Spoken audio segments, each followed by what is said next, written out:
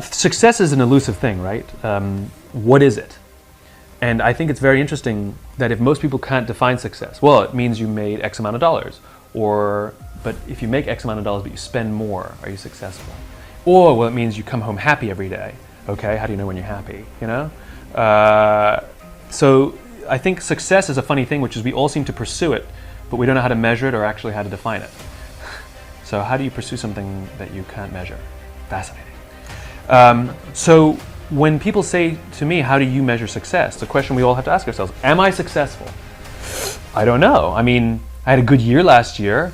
And what does that mean? Does that mean I made a lot of money? Does that mean I was really happy? Oh, I'll let you decide, right? Maybe neither, maybe both. I had a good year last year, but am I successful? And the answer is no.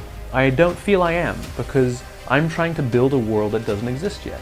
I'm trying to build a world in which 90% of people go home at the end of the day feeling fulfilled by the work that they do. So I definitely took a big step forward towards that goal, but I'm still so far away. So somebody said to me, then how do you know if you're successful? And the answer is, if it can go by itself. And so what is more interesting to me as a measurement of success is not the markers per se. It's not the financial goal or the size of the house that you want to buy. Those are nice things, go for it. But those are not measurements of success. Those are just nice things to collect along the way. For me, it's momentum. I want to measure momentum, which is, you know, when something is moving and you start to see it lose momentum, you're like, uh-oh, give it a push, because if you don't give it a push, it's going to stop. And an object in stasis is much harder to get going. It requires a lot more energy to get something started than it does to keep it going, right? And so if you don't let it stop and you can keep it going, it's this, you know, it still might slow down there, but you can get it going again much easier. And for me, the opportunity is to get the ball rolling faster and faster and faster and faster and faster and bigger and bigger and bigger. It's like a snowball. And my responsibility is, because it's not rolling downhill yet, it's not on automatic yet, I need to still keep it going to find that critical mass where it can go, and at the point it can go by itself without me, then I will find something else to do. And that may not happen in my lifetime. I think we must all stop measuring promotions, salaries, and these things, but rather measure the momentum of your career. Does my career have momentum? Can I see it moving in the right direction? Can I see it gathering moss? You know, can I see that it's becoming easier for me to keep the momentum? It's becoming easier for me to grow the size of this thing. It's requiring less effort. That's the thing we need to measure. Yeah. That's the thing that we need to be cognizant of, which is the momentum of our careers, not just the markers that we think define our success.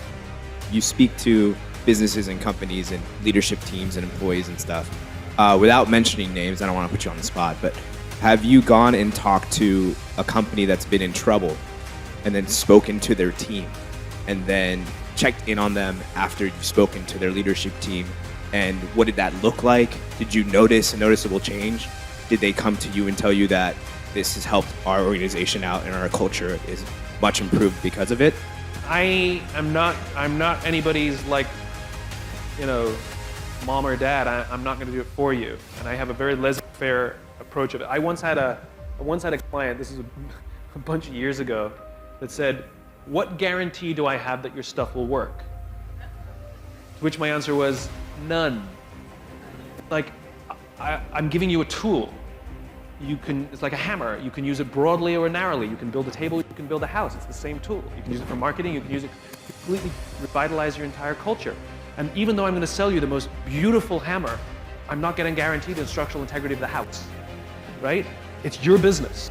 You want to ignore all my stuff? Ignore it. I don't care. And if your business collapses, you know what happens to me? Nothing.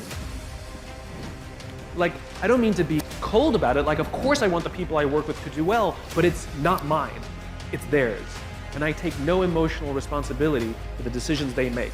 So yes, there are many people that I've had the pleasure of working with, some who work for dysfunctional organizations, that went on a hard journey of completely changing the way they lead and completely revitalizing their culture, and it has great success. It's not because of me, it's because of them, right? At the same time, there are many people who came in like, what an amazing speech, and did nothing. You know, thanks, that was great, you know? And of course it's gonna fail, you know? So I think that we have too much, especially in the consulting world or the design world, everybody's so paternalistic about it. And designers are famous for this, right? They get so personally offended when the client chooses the wrong thing. Oh, they're such idiots. Don't they know we're trying to help them? Or who cares?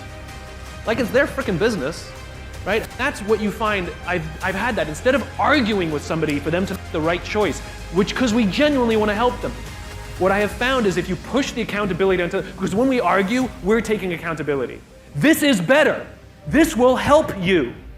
We're taking responsibility, accountability. But if we say, look, we've been doing this a bunch of years, we know more about design than you do, I'm telling you, for every reason that I can outline for you, why this will help you more. But if you don't want to do it, that's fine. It's your business. Do what you want. The minute you switch the accountability and put it all on them, amazingly, they're much more open to your opinion. So people are always talking about visions and missions and all of this stuff. When people ask me, like, what example should I look to? Like, what company should I? I'm like, here's an organization with a vision, a cause. It was founded with a cause. It's an entrepreneurial venture.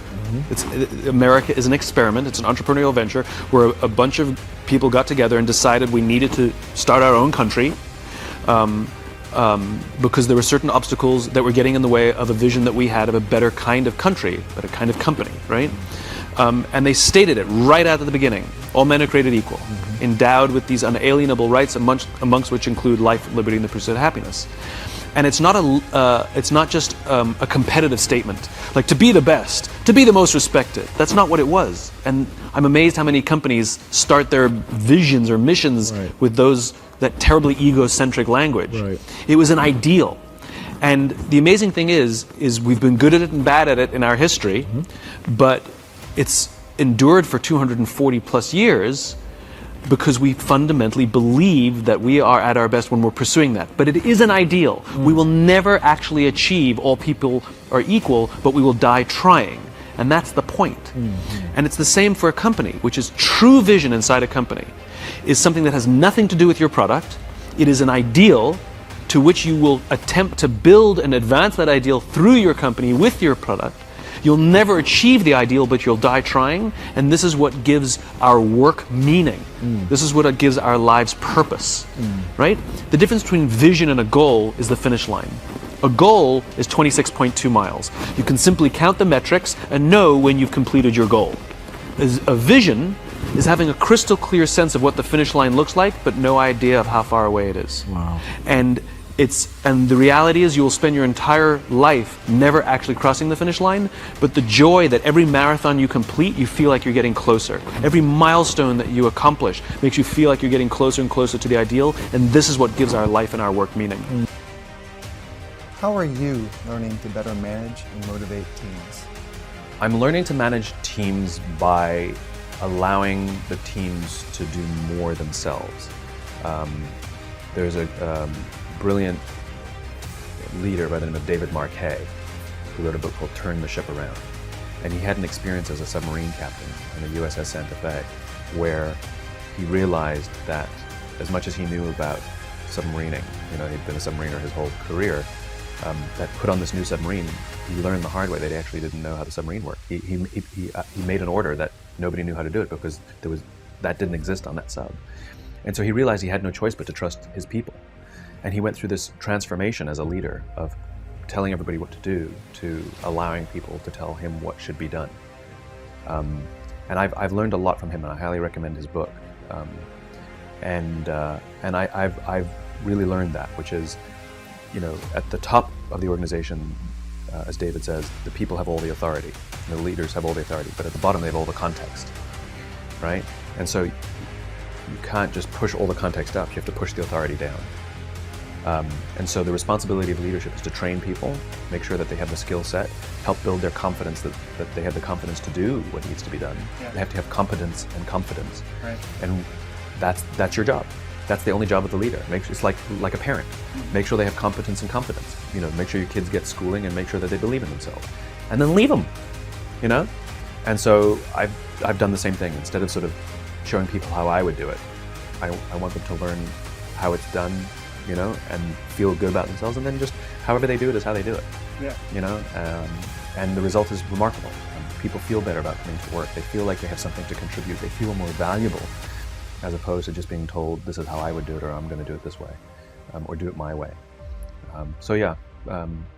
completely changing my understanding of my job as more like a parent than a manager.